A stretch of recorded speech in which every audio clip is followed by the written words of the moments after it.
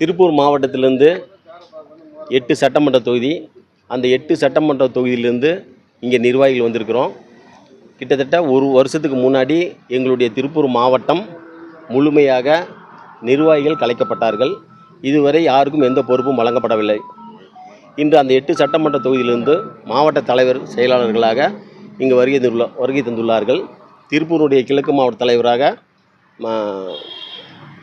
திருப்பூருடைய தெற்கு மாவட்ட தலைவராக VS கோவிந்தராஜ், தெற்கு மாவட்ட செயலாளராக மணிகண்ணன், வடக்கு மாவட்ட தலைவராக சரவணன், வடக்கு மாவட்டத்தினுடைய செயலாளராக ஜெயமுருகன், மேற்கு மாவட்ட தலைவராக பழனிசாமி, செயலாளராக வெங்கடாச்சலம், கிழக்கு மாவட்ட தலைவராக ரங்கநாதன், செயலாளராக பிரபு ஆகியோர் இன்று முதல் நம்முடைய மக்கள் காவலர் மருத்துவர் ஐயா அவர்கள் மூலமாக நியமித்து அறிவிக்கப்பட்டுள்ளார்கள்.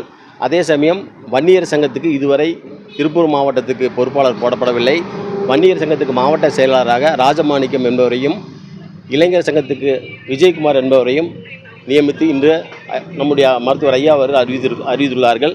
இங்கு வந்திருக்கக்கூடிய நிர்வாகிகள் அனைவருமே கிட்டத்தட்ட 20 ஆண்டுகளுக்கு மேலாக, நான் 35 ஆண்டுகளாக ஐயாவோடு இருக்கிறேன், 25 வருடத்துக்கு மேலாக ஐயாவோடு இருக்கிறார்கள். இவர்களுக்கு ஐயாவை தவிர யாரையுமே தெரியாது. ஐயா ஒருவர் தான் என்ற ஒரே நிலைப்பாட்டில் இதுவரை இருக்கிறார்கள். முதல் பழைய பொறுப்பில் இருந்தவர்கள் தான், புதிதாக நியமிக்கப்படவில்லை, கட்சிக்காரர்கள் தான். அவர்களை தான் ஐயா அவர்கள் அழைத்திருக்கிறார்கள். எங்களுடைய ஐயா என்ன வழிகாட்டுதல் சொல்கிறாரோ அதன் பிரகாரம் கண்டிப்பாக செயல்படும் என்பதை தெரிவித்துக் கொள்கிறோம். நீங்க வந்து பொருளாளராக நியமிக்கப்பட்டிருக்கீங்க, ஆனால் திலகபாபு இன்னும் தன்னை பொருளாளராக போட்டுருக்காங்க. நேற்று நடந்த ஒரு கூட்டத்தில் பொருளாளராக தான் போட்டிருக்காங்க. இல்லை, ஐயாவால் நியமிக்கப்பட்ட ஐயாவுக்கு தான் இந்த கட்சியில் அதிகாரம், ஐயாவுக்கு தான் அனைத்தும் என்பது எல்லாருக்குமே தெரியும்.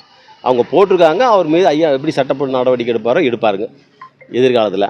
ஆனால் ஐயா யாரை நியமிக்கிறாங்களோ, யாரை நியமித்தாலும் சரி, அவர் தான் பொறுப்பாளர்.